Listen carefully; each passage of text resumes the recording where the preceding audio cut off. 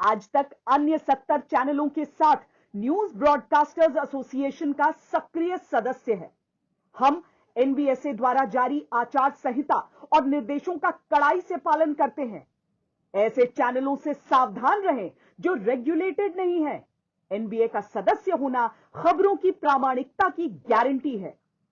मानवी तनेजा जी, ये जो बात कह रही हैं कि भाई दीपिका पादुकोण को दोषी ठहरा दिया गया है, क्या दोषी ठहराया गया?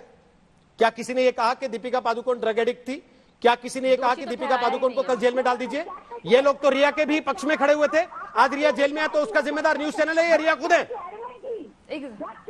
मानवी बोलिए, ये बोलती रहेंगे आप, बोलिए। पहले दूसरे चैनल के माध्यम पे जा करके रिया ने दूसरे चैनल के माध्यम पे जा करके क्लियरली बोला था कि मैं ड्रग्स नहीं लेती, सुशांत ड्रग्स लेता है। लेकिन जब एनसीबी से उसका इंटेरोगेशन हुआ, जब एनसीबी ने उससे इंक्वायरी करी तो क्लियरली पता लगा कि वो खुद ड्रग्स में इन्वॉल्व थी, वो खुद एक पेडलर थी। आप समझ रही हैं? आप आकर के सीधा ये बोल रही हैं कि हमने ऐसे बोला या किसी ने ऐसे बोला कि दीपिका आरोपी है, लेकिन हमने तो ये बोला कि दीपिका से अभी इंक्वायरी होएगी। दीपिका के अगर अगेंस्ट कोई सबूत मिले तभी तो दीपिका को सम्मान इश्यू हुए हैं और अब उसका जवाब देना पड़ेगा। और रहा तो तमाशा हो रहा है, जो उसकी चीजें दिख रही है, जो उसकी वीडियो दिख रही है, जो उसके तमाम सबूत है, एनसीबी ने उसे इंक्वायरी में बुलाया तो क्लियरली पता लग रहा है ना कि वो जो सबूत है हमारे पास वो दीपिका को इंडिकेट कर रहे हैं कि वो ड्रग्स का सेवन लेती है। और ये जो तमाम बॉलीवुड है ना, ये सब कुछ काफी लोग इन्वॉल्व है इसके अंदर। इसी वजह से और बहुत लोगों के नाम के खुलासे होंगे, इसलिए हम सपोर्ट करते हैं। आपने तो रिया का भी पूरा सपोर्ट किया था, रिया के पूरे बैक में थी, लेकिन क्या हुआ? रिया नाम बता रही है और रिया ने खुद भी कबूल लिया है कि मैं भी ड्रग्स लेती थी और एक पेडलर है, उसका भाई भी एक पेडलर है। आप मुझे बताइए, खुद जो लड़की डिफरेंट चैनल के माध्यम पे जा करके बोलती है कि मैं ड्रग्स नहीं लेती और बाद में उसमें खुद कबूल लेती है, उसकी आप गवाही का इंपॉर्टेंस देंगे? बिल्कुल भी नहीं, क्योंकि कोई झूठी है और अब उसकी बात सारी सच निकली है। और जहां तक दीपिका का सवाल, बहुत हद तक एनसीबी को मालूम है, तभी एनसीबी ने उसको इंक्वायरी के लिए बुलाया है, तभी एनसीबी ने इंक्वायरी के लिए बुलाया है। एंड्रिया जी, तो आप मुझे बताइए ना, जो उसके एविडेंस है, अगर एविडेंस आया है, जो मेरा रिक्वेस्ट है आप दोनों से, बुलाएंगे ना। मेरा रिक्वेस्ट है आप दोनों से, एक सेकंड। एंड्रिया जी, एंड्रिया जी, एंड्रिया जी, एंड्रिया जी, अब बस मैं जरा बजाज साहब से सवाल पूछ लूं। वो बहुत देर से देख रहे हैं, आप दोनों का सुन रहे हैं और आप तो चुप ही नहीं होने में आ रही हैं। अपनी बारी में तो बोल ही रही हैं, दूसरे की बारी में भी बोल रही हैं। मैं आपकी इजाजत हो तो अभिषेक बजाज से सवाल पूछूं? हो सकता है वो आप ही की तरफ की बात करें, मुझे पता नहीं है वो क्या बोलने वाले हैं। मैं पूछ लूं उनसे, आपकी अनुमति हो तो? एंड्रिया जी, पूछ लूं उनसे, वो वेट कर रहे हैं बहुत देर से। बोलिए ना अभिषेक जी, बोलिए, मैंने आपको रोके नहीं। ओके, अभिषेक बजाज, अभिषेक बजाज, ओके मैडम, अब चुप तो होइए ना, बटन तो ऑफ कीजिए थोड़ी देर के लिए अपना।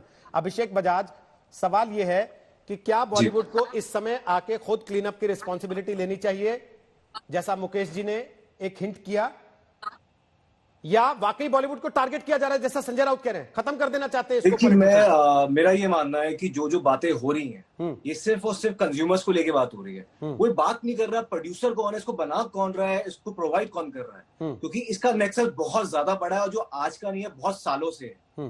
रादर देन कोई कंज्यूमर इंडिया में 2.5 करोड़ से ज्यादा है। तो ये तो कुछ नाम है, ठीक है, चलो कर रहे होंगे, नहीं कर रहे होंगे, it's a different topic, but कौन प्रोवाइड कर रहा है, कौन इसे बना रहा है, वो बहुत इंपॉर्टेंट है। क्योंकि ये बहुत बड़ा कार्टेल है, ये बहुत बड़ा नेक्सस है, जिसका पर्दाफाश होना बहुत जरूरी है। और जो इसका जो रूट कॉज है, आई थिंक ये हर जगह है। ये आप इसको कंट्रोल करना बहुत जरूरी है, क्योंकि ये सिर्फ बॉलीवुड में नहीं है, ये हर जगह फैल चुका है। तो पहले बाकी जगह होना चाहिए रोकथाम, फिर बॉलीवुड में सोचना चाहिए। नहीं, बॉलीवुड से आप कंज्यूमर्स की बात कर रहे हो, मैं प्रोड्यूसर्स की बात कर रहा हूँ, मैं प्रोवाइडर्स की बात कर रहा हूँ। Consumer is a different thing, वो कंज्यूम कर रहे हैं, बट उन्हें प्रोवाइड कौन कर रहा है, उन्हें ये बना कौन रहा है, जो ये घर की बिरयानी तो है नहीं कि जो घर पे बनेगी। तो एक कंज्यूमर अगर पकड़ में आ रहा है, प्रोडक्ट बना रहा है और उसे बेच रहा है। अभिषेक जी, मैं उन लोगों की बात करना चाहता हूँ कि वो फर्ज कीजिए अभिषेक जी, फर्ज कीजिए कि मेरा या आपका कोई ऐसा चैट मिल जाता है जिसमें हम ड्रग कंज्यूम करने के लिए खरीदने की कोशिश कर रहे हैं जी, तो क्या एजेंसी हमारे ही थ्रू उस तक नहीं पहुंचेगी जो उनको प्रोवाइड कर रहा है? पहले हम ही को बुलाएगी पूछने के लिए, या हमें छोड़ देगी, कहेगी घर जाओ, अब मैं ढूंढने जाता हूं मार्केट में कौन बेचता है? नहीं, बिल्कुल आपकी बात ठीक है, आप उनके थ्रू बात कर रहे हो, बट मैं ये कह रहा हूँ कि ये सिर्फ आज का नहीं है, सिर्फ बॉलीवुड में नहीं है सर, ये कह रहा हूँ कि हर जगह फैला हो। मैं मना नहीं कर रहा हूँ, आपने 2.5 करोड़ का, मैं कह रहा हूँ 3 करोड़ लोग यूजर हैं भारत में, कम से कम 3 करोड़ लोग ऐसे हैं जो कंज्यूम करते हैं। और मैं आपको एक चीज और बता रहा हूं, जब हम बात कर रहे हैं, मैंने अभी नेट पर गूगल करने की कोशिश की, एक उदाहरण अभी अभी कर्नाटक का, जब विक्रम जी से बात कर रहे थे मैंने दिया था, कर्नाटक में पकड़ा गया, जिसमें विक्रम जी आगे का बता देंगे कि भाई बीजेपी का विधायक था, उसका कनेक्शन था ड्रग के साथ। दूसरा मैं बता देता हूं, 97 करोड़ की ड्रग सीज हुई हैदराबाद से, मुंबई से, 2 जगह से 18 अगस्त 2020 को।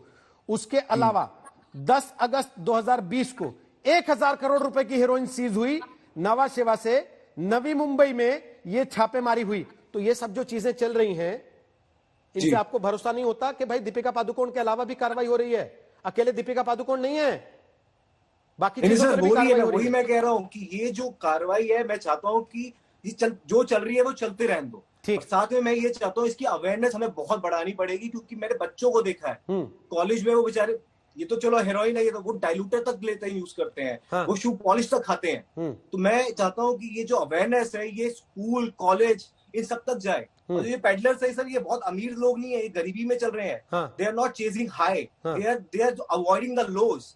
जो इनके पास मजबूरियां हैं, जो ये मजबूरी में कई लोग काम कर रहे होते हैं। पॉवर्टी लाइन हमारे इंडिया में 548 के आसपास है पर मंथ। अगर किसी की इनकम 550 रुपए है तो वो गरीबी से नीचे है, गरीबी रेखा से नीचे है। मतलब गरीबी कितनी है, ये गरीबी जो जॉब्स गई हैं इस टाइम पे, जो इस लॉकडाउन में गई हैं, इसके बारे में कोई बात नहीं हो रही। नमस्कार, मैं हूं अंजना ओम कश्यप। हमें उम्मीद है ये वीडियो आपको पसंद आया होगा। लेटेस्ट खबरों के लिए यूं ही देखते रहिए आज तक, और इस वीडियो के पसंद आने पर लाइक, शेयर एंड सब्सक्राइब करना ना भूलें।